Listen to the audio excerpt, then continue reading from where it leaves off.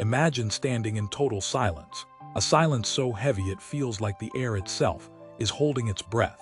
The land is dry, abandoned, and the wind whistles through broken stones that once held idols people trusted more than God.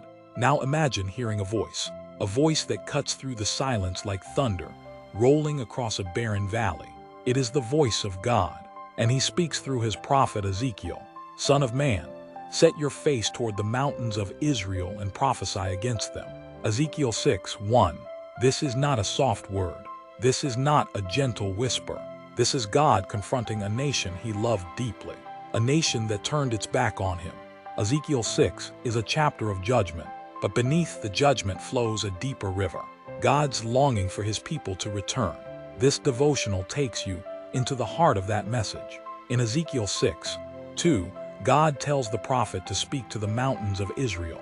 Why mountains? Because mountains stood as witnesses. Witnesses to worship, witnesses to idolatry, witnesses to the hidden practices done in high places. Israel didn't just fall into sin, they climbed into it. They built altars on the hills, shrines in caves, secret worship sites under trees. Every mountain carried a story.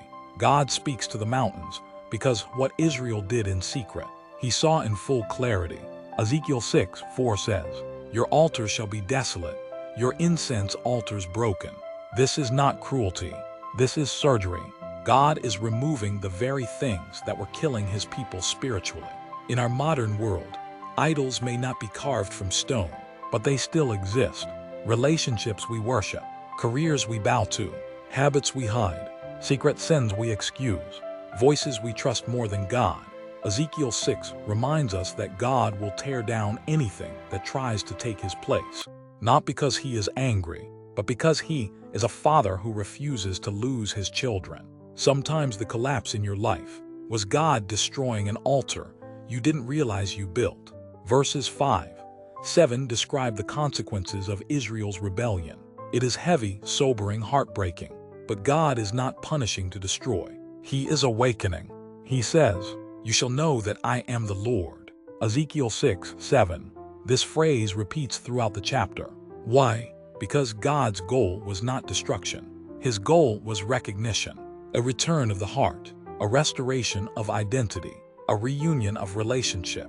When God allows the shaking in your life, it is never to break you. It is to bring you back.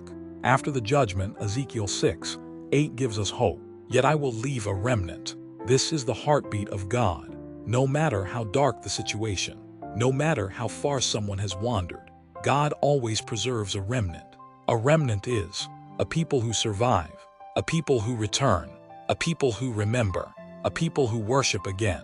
God always leaves himself a witness.